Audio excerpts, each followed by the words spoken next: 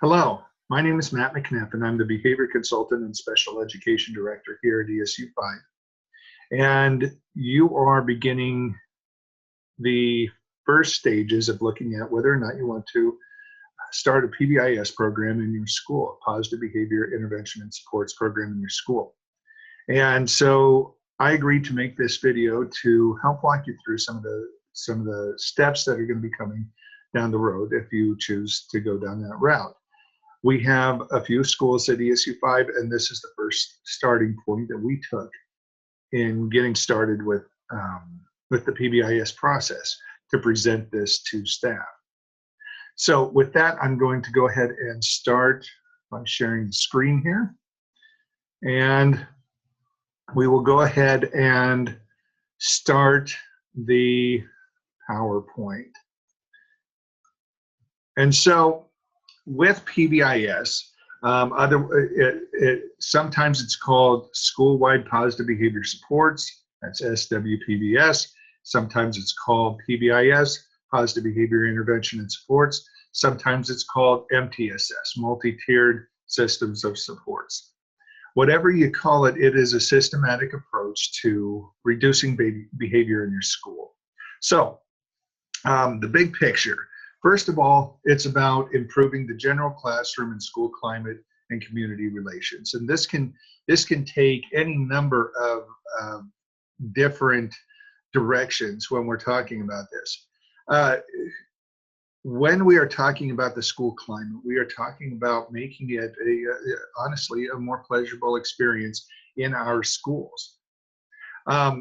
As far as community relations goes, not only does a positive behavior intervention support PBIS program help to establish good rapport and climate in your schools, but it also changes the way that parents and community members view your school. In fact, several programs around the state have taken the next step and taken the tenets of PBIS from their school and implemented it into places in their community, from anywhere from schools to parks to after school programs. And so it helps to be able to help all communities that way. We also decrease the dependence on reactive disciplinary practices. And a lot of times what we do is we wait for the behavior to happen to go ahead and address it. We wait for the behavior to get out of control, and then we suspend, we expel, we give detention, we keep them from recess. We call parents when, if we would have been proactive, we would have had a much better shot at being able to reduce those behaviors. Next, we maximize the impact of instruction to affect academic achievement. So this is talking about we have good lessons, we engage the kids, because oftentimes idle hands are the devil's playground. So we're going to focus on not just the behavioral aspect, but also making sure that the teaching of these skills are also important. And then we are also going to improve behavioral supports for students with emotional and behavioral challenges. And your starting out point here will be a global process, focusing on the whole school and creating almost a curriculum. But in that, we're also going to be able to use data to be able to see where our hotspots are, who are the kids that are causing major problems, and what are the main problem areas that we need to address.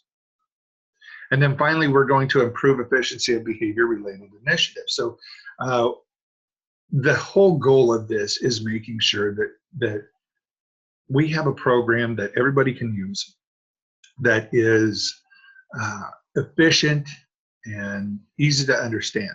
And so we're going to use things like same language so that everybody is on the same page, so that they can support this, because it's easier for kids to understand. And so the logic behind it is successful individual student behavior support is linked to host environments or school climates that are effective, efficient, relevant, and durable. So those are the things that we're going to look at. Are we being effective? Are we being efficient? Are we being relevant? is the information that we're getting relevant, and can we sustain this over a large amount of time? So our objective with PBIS then is to redesign our teaching and learning environment so that we are effective, efficient, relevant, and durable. And so we want to keep that in mind. So a couple of components of PBIS right here. One, we're going to be outcome-based. We're going to make sure that we have data to guide decision-making. We make sure that we have evidence-based practices so that we're using good behavioral programming for the students, and then making sure that we have systems of supports that help to sustain this implementation. And it's going to be a lot of work, and it's going to take some time, but the outcomes that you'll see will be tremendous. And I'll talk a little bit more about this as we go along. So this is what is called the PBIS Triangle. And what this is saying, and many of you may have seen this already, but what this is saying is that we are going to have a curriculum per se, and we're all going to address the same behaviors. Now, when we do that, 80% of our students should be able to fall within the normal guidelines and be fine simply with preventative practices, using school and class-wide systems. All the students get it, all of the staff use it, and it is in all settings so that we understand the same language, same communication. Then we have secondary prevention. Now, these are our at-risk students. These are the students that have problematic behavior, and it may not be all the time, but it's enough where the regular curriculum isn't working. And I like to view this very similar to the way that we might do a reading program, that if we have a reading curriculum, we're going to support that reading curriculum throughout. And the at-risk behaviors that we see here with reading is we're going to give them maybe a little bit more time reading if they aren't affected by the regular reading curriculum. And then finally, we have tertiary prevention, and this is for our high flyers, is what I call them, the high-risk behavior students, the ones that are constantly in the office, that are constantly in trouble. We're going to come up with individualized systems for those students, and oftentimes these are our special education students. We're going to do our very best to catch our behavior students here so that we can reduce their behaviors and provide them with the supports that they need. But up here in this 5%, these are going to be our kids that have some real issues that we need to address in a more systematic way. And it's not just going to be able to be covered with the prevention curriculum that we have. And we have students like that in reading and with math, and how we teach it, that no matter how we teach the curriculum, they just aren't getting it. And so we have to find something else. And that's the way that we view this. And so when we're looking at what the prevention logic is for, why do we want to focus on prevention? Well, we want to focus on it because it decreases the development of new problem behaviors. Because if we are focusing on stopping the behaviors and knowing the behaviors that we want to stop even before it, then we have much fewer behaviors going on in our school. The next is we want to prevent a worsening of the problem behavior. We all know those hot spots in our schools where we constantly have problems. And it might be during recess, it might be during the lunch hour, it might be in the hallways. Well, when we start to work on prevention, then we can start to make strides in that, and we aren't making it worse. And when we have different language, when we have one teacher that's going to nail every kid for a behavior and another teacher who's going to do their own thing and not do anything about it, it oftentimes makes the problem worse because the kids get conflicting messages. By having this prevention program, we are all going to use the same language, or all going to use the same type of strategies. And so you have everybody working on the same level to address these behaviors.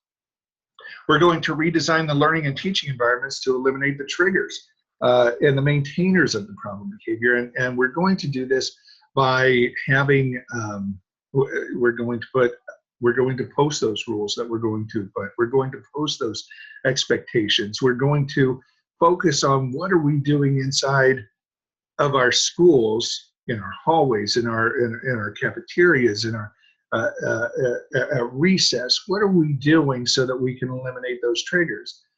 If one of the problems that we have in the hallway is that kids drag their fingers across it and rip down posters, then maybe one of the things that we do is maybe not put posters in certain areas where it's a high traffic area. And that's an example of eliminating a trigger. In the cafeteria, it might be that we separate groups of students and only have 5 per table instead of 8 per table so that we can reduce the noise in there. It's about addressing these and eliminating the triggers so that they aren't even there in the first place. And then finally, we're going to teach and monitor and acknowledge those pro-social behaviors. And that's the point that oftentimes we miss. We assume that the students know exactly what they're supposed to do. And you know what? Sometimes they do, but they aren't successful in doing it. And so I like to view behavior as a skill deficit. And when we start to look at behavior as a skill deficit, instead of just something that they're trying to do to annoy us, that helps to reframe the way that we look at behavior. Because then we are focused on teaching, and all of us are, I mean, we're teachers. That's what we do for a living, and we can teach these behaviors. And we focus on behaviors just like we would with math. When we are focusing on simple behaviors, we want to focus on it and get it to the level of automaticity, where it is an automatic, I'm going to do this and not even think about it. And we want to train to that level so that they don't even think about it. So when you say line up, they get up out of their chair and they go line up without even thinking about it. Now it's time for a break. Go get up and go to the bathroom, and they don't even think about it. And so once we train to that level, it stops being a skill deficit. And we can focus on those other behaviors that are. When we view behaviors as a skill deficit, it forces us to teach the alternative behavior instead of just allowing it to continue to happen. But it's not just about the behavior, okay? Our goal is student achievement. We want kids to learn. And we can focus on the standardized tests all we want. But really, when we get down to it at school, we want kids to learn. So good teaching, we know, helps to increase student achievement, but you know what? So does behavior management. If you are a good behavior manager in your classroom, oftentimes you have high scores. And good teaching and behavior management do not live in a vacuum. They all affect each other. That when we have good teaching, oftentimes, and we have highly engaged lessons, we oftentimes have good behavior management, and vice versa. When we have good behavior management, oftentimes we are allowed to do good teaching. And the teachers that I see that have the best classroom management do a couple of things. One, their lessons are engaging. The kids are hanging on to their every word. And so students don't misbehave very often in their class. The other part is that these teachers are happy. They are giving lots of praise to these students. There is a lot of laughter and a lot of happiness in those classrooms. And when you have a lot of happiness and a lot of joy in the classroom and a lot of high engaging lessons, you don't have to do much work as far as behavior management because the students take care of it themselves. But still, we have students that struggle with the learning. So what do we do? When we have good teaching and behavior management, it increases those district and state level tests, and that's fine. But what we are doing is we are investing in those outcomes, the data, the practices, and the systems. And so we're going to address that here in just a little bit. But when we are looking at designing this program, this is an example of a PBIS triangle. But you also have the academic systems on the left-hand side. And a lot of people call that RTI, response to intervention. And you'll even hear PBIS being called behavioral RTI, behavioral response to intervention. They are very, very similar. At the base, for those 80 to 90% of the kids, we want to have universal interventions. We want to do prevention. We want to be proactive. We want to have the same language, same curriculum, everybody learning the same thing. and we are teaching these skills to the level of where it is an automatic skill.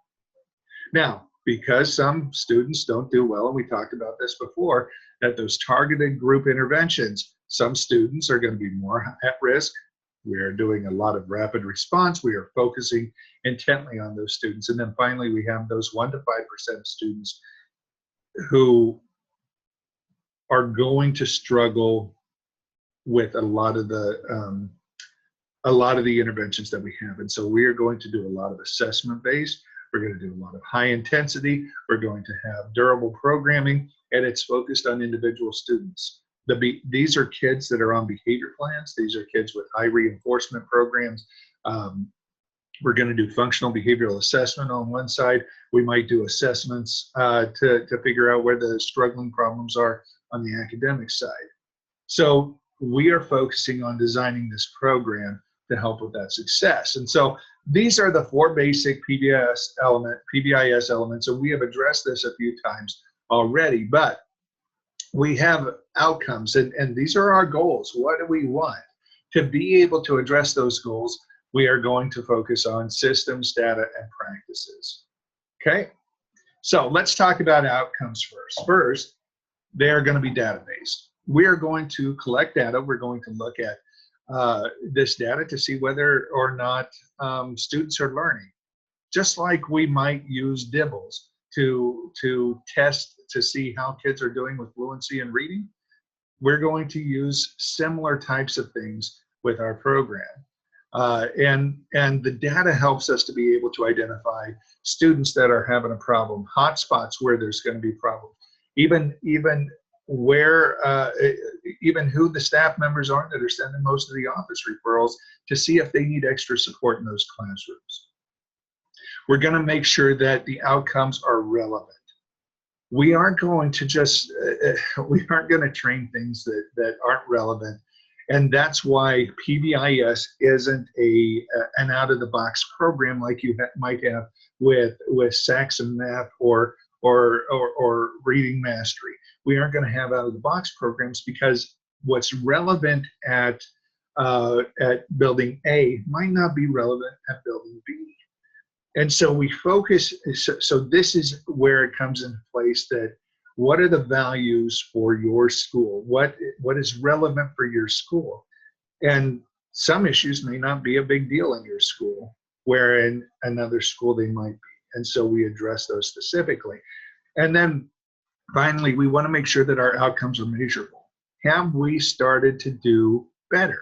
And a lot of times we might measure this through office referrals. And let's say in 2016, 2017, you have 75 office referrals. Well, by implementing this PBIS, we can gauge whether or not we're having success by looking at how many office referrals we've had. We can also measure it by how many positives have we given to kids, how many high fives have we given to students, how many reinforcers have we given to students. And so we look at that in terms of what is measurable. And we'll talk a little bit more about that as we go on. And so the first thing in that outcome is we are going to focus on data. And as part of data, we are going to have clear definitions for the behaviors. We are going to explain and to the students in practice what exactly we are looking for, because some students look at things differently. You might have you might be telling one student to pay attention, and they know exactly what you're talking about, and that means that they're going to sit up, they're going to focus on you or their paper. Where you tell another student to pay attention, and to them all it means is, I need to open my eyes and think about it, think about what they're saying. Even though I have my head down, I'm paying attention. And that's where we get into a lot of problems with students, is we don't have those clear definitions and expectations of what we want. So we're going to, in order to establish data, we're going to make sure that we have good definitions. We're also going to make sure that we have efficient procedures. When we're collecting data, we want to make it easy. By having 3 pages or 4 pages of information on a student, it doesn't make it efficient. We want to make it efficient enough so that we can see it easily, and make it easy to input. A lot of our schools in our area use Google Forms. It's just a click, click, click, click, and pretty soon that information is shot up to the cloud and it's easy to view. And then finally, we want to have readable displays. We want to be able to see where the issues are. And we might be focusing on what time of day does it happen? Where does it happen? Who does it happen with? Does it happen when there are teachers out on the playground or when there are parents out on the playground? One of my schools just the other day said we have lots of issues out on the playground. All of the office referrals that we're getting is from there, and they were able to see it with the graphs very easily. And so it made it easy to be able to start brainstorming on how we can solve this specific problem. We are also going to have regular reviews, and this might be monthly, it might be bi-monthly. Usually with a PBIS team, you want to be able to meet monthly, to look at how things are going, to plan for the next interventions, to see what we need to establish and put in place for the next month, and also to review this data regularly, because we want to catch students as they're sliding and not when they've hit bottom. And oftentimes with that data, you can see, well, Billy has gone to the office 3 times in the past month, and he hasn't been to the office ever. So we need to start addressing this immediately to see what's going on. The next thing that we're going to focus on is practices. And with our practices, we are going to have evidence. We're going to make sure that they're evidence-based, and making sure that we can make adjustments based on our school culture and the context. We have some schools that address things specifically for their hallway, but it is not effective for other schools. In one of my schools, they have they have a rule about the stairs. Well, at one of my other schools, they don't have stairs in their school, so that doesn't make any sense. So we want to make sure that we can make adjustments very quickly. We also want to integrate it with similar initiatives. So if you can, one of my schools, they had a pride theme that was going on, and they wanted to keep that pride theme, so they attached their expectations to that pride logo. And so by doing that, they were able to use language that was very similar and familiar to the students. And we want to make sure that it's doable. By having 16 different rules in the hallway, that's not very doable for the students that we're working with. And then finally, we're going to focus on systems, and this means training to fluency. And a lot of times what happens with our schools that fail with PBIS is they are not training to fluency. They are not training to the point where it becomes automatic. They will train these things at the beginning of the school year and never touch them again throughout the rest of the school year. And then when it comes to be January, they say PBIS isn't working because the kids aren't doing it. Well, yeah, they had fluency before, but like anything, when you start to have problems, when you stop training, you're going to lose a lot of your skills. And so we are going to also continuously evaluate, look at our students. Are they doing the expectations that we have for them? And we're going to use a team-based action plan. So our focus with the team is looking at, is this working? We are also going to focus on reinforcers for staff, because the whole goal of PBIS is making sure that we are reinforcing students, but it only works if we also have staff members on board. And you know what? It is easy for staff members to burn out. So part of your team responsibility is figuring out, how can we reinforce staff? And it might be you have potlucks. It might be that you have a special parking spot for a staff member. It might be it might be that you have different meals or different rewards, or it could be in one of our schools, the principal goes and takes duty for a day. out on the playground or in the cafeteria, and sometimes the teachers get to leave early. We want to have these staff reinforcers so that we can keep them focused on the goal. We also want to integrate initiatives, just like we did before. So can we also use this in other ways? And so the tasks that are going to be ahead of you for the next year is, first of all, establishing a leadership team. And your staff members at the ESU will be able to help you establish that leadership team. You usually need an administrator. You want to have a special education staff. You want to have a regular ed staff.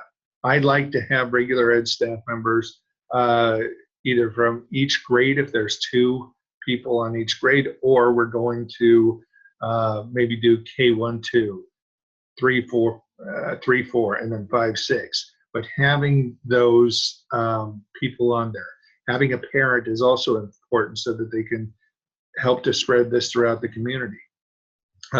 If you're working with older students at the high school level, having students be part of that process as well. And even in one of my schools, they have 5th and 6th grade student council, and they participate in this. And peripheral staff, that includes paraeducators. It might be school secretaries. It might be bus drivers. We've had bus drivers on teams that give a lot of great feedback on what we should be doing on the bus. So then we establish staff agreement. And that means, and many of you have already filled out the surveys, but you want to have your staff members on board. 80% of your staff members on board is important.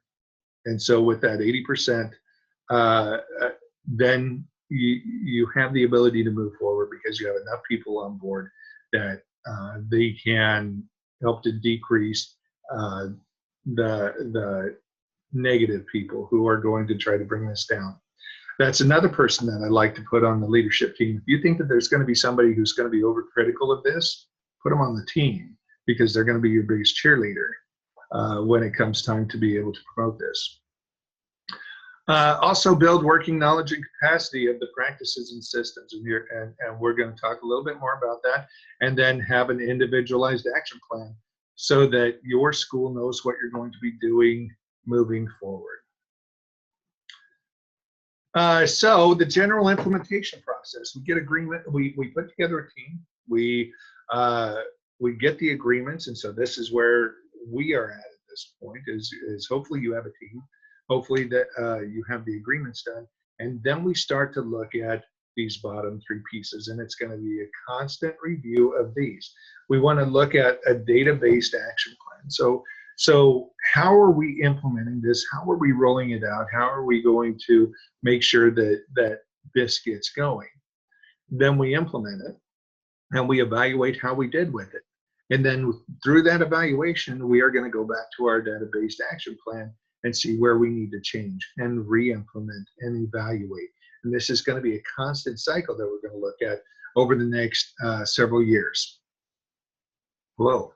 Okay, so on the horizon, things that we want to, that you're going to be looking at over the next year is, first of all, we're going to have implementation with fidelity. And that means your teachers are going to maybe feel a little uncomfortable at times because they're going to need to make sure that these things are going on. Now, the very first year, we don't touch the classrooms. The reason why we don't touch the classrooms and we focus on common areas such as the cafeteria and the playground and hallways, the reason why we focus on those areas is because teachers tend to be pretty controlling of their own environment.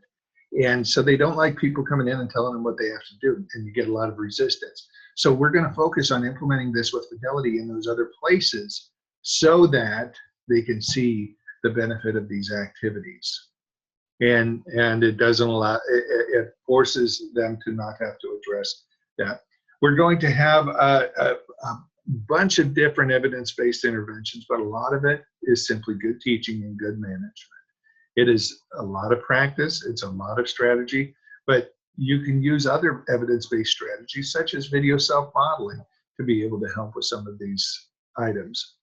We're going to look at student performance and continuous progress monitoring. Are our kids doing better because of what we are looking at? And by looking at the data, are scores going up? Do we have students attending school more?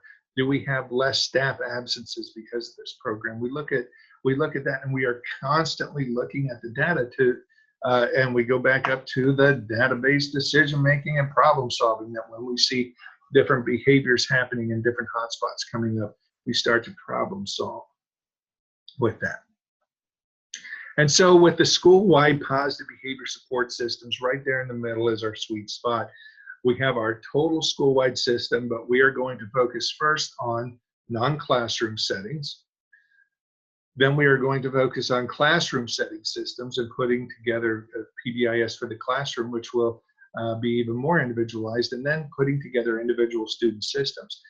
And in some cases, we're going to be building the plane as we're flying it, because if you wait for 3 years to focus on the individual student systems, you're going to have 3 years of students really having some problems. So we're going to focus on those non-classroom settings.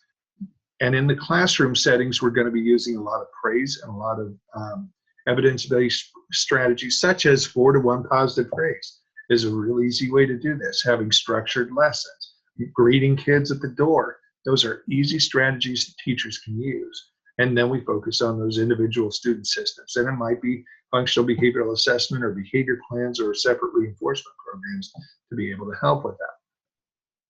Now, this is an example of what you will create in that first year that you'll roll out at the beginning of the year most of the time. And this is a teaching matrix. And this is a very simplistic one. But if you go into Google and you type in elementary PBIS Matrix, you will find thousands of these with thousands of different examples and thousands of different ways that this look like. You will develop 3 expectations, and those are 3 to 5 expectations. Now, these have respect ourselves, respect others, and respect property. Some schools use be safe, be respectful, be responsible. One of my schools has SOAR, safe, organized, attentive, and responsible. We have one school that's pride, problem solving, responsible, integrity, dependability, and I forget the last one. That's too bad. But you will establish those because they will set your entire program, your course and language at the same level. So in this case, we have a school that has respect ourselves. They establish the different rules in the different areas about what it means to respect ourselves in these areas. So in all settings, we're going to be on task and give our best effort and be prepared. That's respecting ourselves. In the hallways, we respect ourselves by walking. In the playgrounds, we respect ourselves by having a plan. Where are we going to go? What are we going to do? Eat all of your food and select healthy foods. In the library, we're going to study, read, and compute assemblies. We're going to sit in one spot and not get up. And the bus, we're going to watch for your stop. Now, on the bus, there are any of these can be changed, and a lot of schools have more than one of these areas. With respecting others, be kind, hands, speak to self, help, and share with others. So in every setting, these are going to be the things that need to be done. What's great about the all settings is these aren't things that teachers would be opposed to having in their classroom. I mean, no teacher is going to be against being kind and keeping hands and feet to self and other, to self, and helping and sharing with others. With the hallway, we use normal voice, volume, walk to the right. And then with the playgrounds, we want to make sure that we are playing safe, including others, share equipment. So you can see how these go. But if you Google teaching matrix, teach and Google PBIS expectations, you will see a lot of different ways that you can fit it into your own program. Some schools focus on 3 expectations, some have more because they just feel like it fits better into their school. And that's going to be up to your school and your climate. So this is your getting started point. And I know that you have coaches at your ESU that are going to be helping with this. And I'll be in touch with several of them. And this is my contact information. If you have any questions, I would suggest that you first go with your strategist with your school, whether it's your special education director, whether it's a school psych, and I'll be more than happy to help out in whatever way that I can with that. And so with that will get you started, and you'll be doing a lot of work. And I will tell you that it changes a ton of your programming in your school, and you will see a huge difference in the way that teachers react, in the way that kids react, because it's a more positive and more warm climate in your school. If you are undertaking this, it's a lot of work, but what you get out of it is incredible. So good luck to you, and if I can do anything to help, please let me know. All right, take care.